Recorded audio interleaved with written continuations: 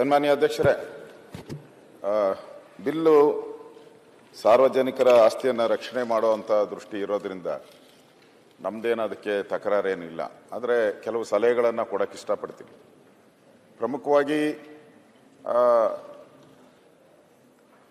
ಅಧಿಕಾರವನ್ನು ಈಗ assistant commissioner ಲೆವೆಲ್ಗೆ ತಂದಿದ್ದಾರೆ. ಅಂದರೆ ಅವರು ಅದರಿಂದ ಏನು ಉಪಯೋಗ ಆಗುತ್ತೆ ಅನ್ನೋದಿಲ್ಲ, ಅವ್ರಿಗೆ ಬ್ರೀತಿಂಗ್ ಟೈಮ್ ಸಿಗುತ್ತೆ ಅಷ್ಟೇ. ನಿಮಗೆ ಅಂದರೆ ಬ್ರೀತಿಂಗ್ ಟೈಮ್ ಅಂದರೆ ಕೆಲಸ ಮಾಡೋದಕ್ಕೆ ಬ್ರೀತಿಂಗ್ ಟೈಮ್ ಸಿಗ್ಬೋದು ಅನ್ನೋ ದೃಷ್ಟಿಯಿಂದ ಮಾಡಿದ್ದಾರೆ. ನಾನು ಮುಖ್ಯಮಂತ್ರಿಗಳು ಇಲ್ಲೇ ಇದ್ದಾರೆ. ನನ್ನ ಸಲಹೆ, ನಾನು ರೆವಿನ್ಯೂ ಮಿನಿಸ್ಟರ್ ಆಗಿದ್ದಾಗ ತರಕ್ಕೆ ಪ್ರಯತ್ನ ಪಟ್ಟೆ, ರೀಚ್ ಆಗೋದ್ರಲ್ಲಿ ಆಗಲಿಲ್ಲ ನನ್ನ ಕೈಲಿ. ನೀವು ಏನೇ ಮಾಡಿದ್ರೂ ಕೂಡ ಇವೆಲ್ಲ ಬೆಂಗಳೂರಲ್ಲಿ, ಮೈಸೂರಲ್ಲಿ, ಹುಬ್ಳಿ ಈ ಥರದ ಭಾಗಗಳಲ್ಲಿ ಒಂದೊಂದು ಆಸ್ತಿ ನೀವು ಅವತ್ತು ಕಬಳಿಕೆ ಮಾಡಿರೋದು 400, 500, 600 ಕೋಟಿ ಕಬಳಿಕೆ ಆಗಿರೋದು. ಮತ್ತೆ ಅವರು ಪ್ಲಾನ್ಡ್ ಆಗಿ ಮಾಡ್ತಾರೆ, ನಮ್ಮದು ಅನ್ಪ್ಲಾನ್ಡ್ ಅಲ್ಲ ಸರ್ಕಾರದ್ದು. ನಾನು ಟೀಕೆ ಮಾಡಲ್ಲ. ನಮ್ಮ ಲಾಯರ್ಸ್ ಹೋಗ್ತಾರಲ್ಲ, 5,000 ರೂಪಾಯಿ ಕೊಡ್ತೀರಾ ನೀವು? ನಾವು 5,000 ರೂಪಾಯಿ ಕೊಡ್ತೀರಿ ಸರ್. ನಾನು ಮಿನಿಸ್ಟರ್ ಇದ್ದಾಗ ನಾನು ಮಾಡಿದ್ದೆ ಹೇಳ್ತೀನಿ, ತಪ್ಪನ್ನ ಹೇಳ್ತಾ ಇದ್ದೆ. 5,000 ರೂಪಾಯಿ ಕೊಡ್ತೀರಿ. ಅವರು ಎಂತೆಂಥ ಲಾಯರ್ ಇರ್ತಾರೆ, ಒಳ್ಳೆ ಅವರು ಇವರು ಎಲ್ಲ 5 ಲಕ್ಷ 10 ಲಕ್ಷ ಅವ್ರು ರೆಡಿಯಾಗಿ ಬರ್ತಾರೆ. ನಮ್ಮವ್ರೇನು ಇಲ್ಲ, ಸೀದಾ ಕೈ ಬೀಸ್ಕೊಂಡು ಹೋಗ್ತಾರೆ, ಕೈ ಬೀಸ್ಕೊಂಡು ಬರ್ತಾರೆ ಅಷ್ಟೇ. ನೀವು ಅದನ್ನ ಅಪ್ಗ್ರೇಡ್ ಮಾಡಲಿಲ್ಲ ಅಂದ್ರೆ, ನಾನು ಅದಕ್ಕೆ ನನ್ನ ಮುಖ್ಯಮಂತ್ರಿ ಇದ್ದಾಗ ಯಡಿಯೂರಪ್ಪನವ್ರನ್ನು ಬೊಮ್ಮಾಯಿರನ್ನ ನಾನು ರಿಕ್ವೆಸ್ಟ್ ಮಾಡಿದೆ, ನಮ್ಮ ಇಲಾಖೆ ಕೊಟ್ಬಿಡಿ ಅದನ್ನ. ನಾವು ಪ್ರತಿಯೊಂದಕ್ಕೂ ಅಡ್ವೊಕೇಟ್ ಜನರಲ್ ಹತ್ರ ಹೋಗ್ಬೇಕು, ಫೋನ್ ಮಾಡಬೇಕು, ಅವ್ರು ಬಿಸಿ ಆಗದೇ ಇಲ್ಲ. ಸರಿಯಾದಂತ ರೋಗ ಅಲ್ಲಿ ನಿಂತ್ಕೊಂಡಿಲ್ಲ ಅಂದ್ರೆ ಇವಾಗ ಎದುರಾಳಿ ಯಾರು ಬರ್ತಾನೋ ಕುಸ್ತಿ ಆಡಕ್ಕೆ, ಅವನ ಎದುರಿಗೆ ನಾವು ಇಕ್ಬೇಕು. ಇಲ್ಲಿ ಪ್ಯಾಂಕಲ್ ತಗೊಂಡೋಗಿ ನಿಲ್ಸಿದ್ರೆ ಅಲ್ಲಿ ಏನು ಉಪಯೋಗ ಆಗ್ತೈತೆ? ಎಲ್ಲ ಸೋಲ್ತೀರಿ. 100ಕ್ಕೆ 95% ಈ ಕೇಸ್ಗಳನ್ನ ಸೋಲ್ತೀರಿ. ದಯವಿಟ್ಟು ನನ್ನ ಕ್ಷೇತ್ರದಲ್ಲೇ ನಾನು ಮೊನ್ನೆ ಸುಮಾರು 1,000 ಕೋಟಿ ಈ ತರ ಒತ್ತುವರಿ ಆಗಿದ್ನ ತೆರವು ಮಾಡಿಸಿ ಈಗೆಲ್ಲ ಪಾರ್ಕ್ಗಳು ಮಾಡಿದ್ದೀರಿ. ಈಗ ನಾನು ಮುಖ್ಯಮಂತ್ರಿಗಳು ಇರೋದು ಹೇಳಿ ವಿನಂತಿ ಮಾಡ್ತೀನಿ, ಸಾವಿರಾರಲ್ಲ ಲಕ್ಷಾಂತರ ಕೋಟಿ ರೂಪಾಯಿ ಬರ್ತದೆ. ನೀವು ದಯವಿಟ್ಟು ಈಗ ರೆವಿನ್ಯೂ ಮಿನಿಸ್ಟ್ರು ಇದ್ದಾರೆ, ಅವ್ರಿಗೆ ಒಂದು ಸಪರೇಟ್ ಲೀಗಲ್ ಸೆಲ್ ಕೊಟ್ಬಿಡಿ. ಯಾವ್ಯಾವ ಕೇಸ್ಗೆ ಅದರ ಬೆಲೆ ನೋಡಿ, ಅದು 100 ಕೋಟಿ ರೂಪಾಯಿ ಬೆಲೆ ಬಾಳುತ್ತಾ, 1000 ಕೋಟಿ ಬೆಲೆ ಬಾಳುತ್ತಾ, ಆ ಥರದ್ದು ಒಂದು ಲಾಯರ್ಸ್ನ ಇಟ್ಟರೆ ನೀವು ಉಳಿತತೆ. ಇಲ್ಲ ಅಂದ್ರೆ ನೀವು ಸ್ಪೇಸ್ ತಗೊಂತೀರ ಅಷ್ಟೇ, ಬ್ರೀತಿಂಗ್ ಟೈಮ್ ತಗೊಂತೀರಾ. ಈ ಬ್ರೀತಿಂಗ್ ಟೈಮ್ ತಗೊಳೋದ್ರಿಂದ ಅಷ್ಟೇ ನನಗೇನು ಬೆನಿಫಿಟ್ ಅನ್ಸಲ್ಲ.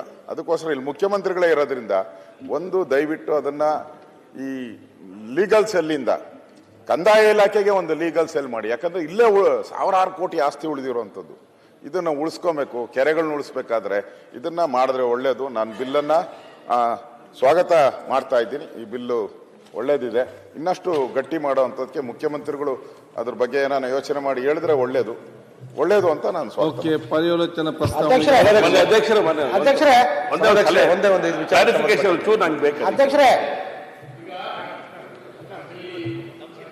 95ನೇ ಪ್ರಕರಣದ ಅಡಿ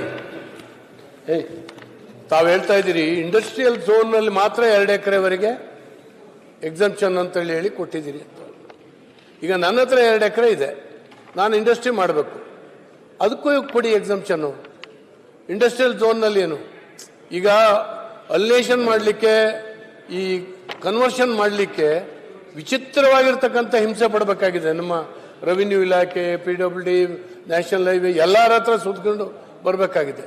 ಇಂತಹ ಸಂದರ್ಭದಲ್ಲಿ ನನ್ನ ಖಾತೆದಾರನ ಭೂಮಿಯನ್ನು ಕೂಡ ಈ ರೀತಿ ಕನ್ವರ್ಷನ್ ಮಾಡಿ ಇಂಡಸ್ಟ್ರಿ ಮಾಡಲಿಕ್ಕೆ ಕೊಟ್ಟರೆ ಸಣ್ಣ ಸಣ್ಣ ಇಂಡಸ್ಟ್ರಿಗಳು ಬರಲಿಕ್ಕೆ ತುಂಬ ಹೆಲ್ಪ್ ಆಗ್ತದೆ.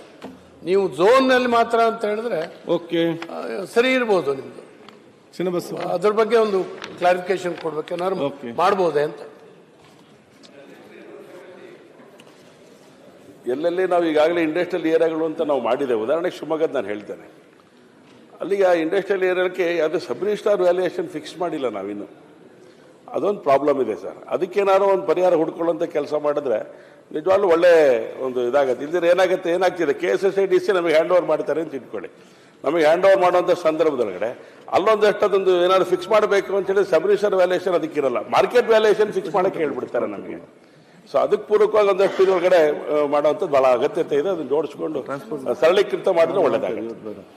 ಸಭಾಧ್ಯಕ್ಷ ಸಚಿವರೇ, ಏನಿಲ್ಲ, ಇದು ನೀವು ಆಕ್ಚುಲಿ ಮಾಡ್ತಿರ್ತಕ್ಕಂಥದ್ದು ಸ್ವಾಗತ ಸಚಿವರೇ. ಆಯ್ತು, ಎಲ್ಲ ಅಲ್ಲ, ಒಂದೇ ನಿಮಿಷ ಸಚಿವರೇ, ಮಾಡ್ತಿರ್ತಕ್ಕಂಥದ್ದು ಸ್ವಾಗತ ಇದೆ, ಒಳ್ಳೆ ವಿಚಾರ, ಅದರಲ್ಲೇನು ವಿಚಾರ ಇಲ್ಲ. ಬಟ್ ಏನಾಗಿದೆ, ಹಿಂದೆನೂ ಕೂಡ ನೀವು ಒಂದು ಇದು ಮಾಡಿದ್ರಿ, ಈ ರೈತರು ಓಡಾಡ್ತಕ್ಕಂಥ ಕಾಲ್ದಾರಿ ನ್ಯೂಸ್ ಫಸ್ಟ್ ನಿರ್ಭೀತಿಯಿಂದ ನಿಮ್ಮ ಪರವಾಗಿ.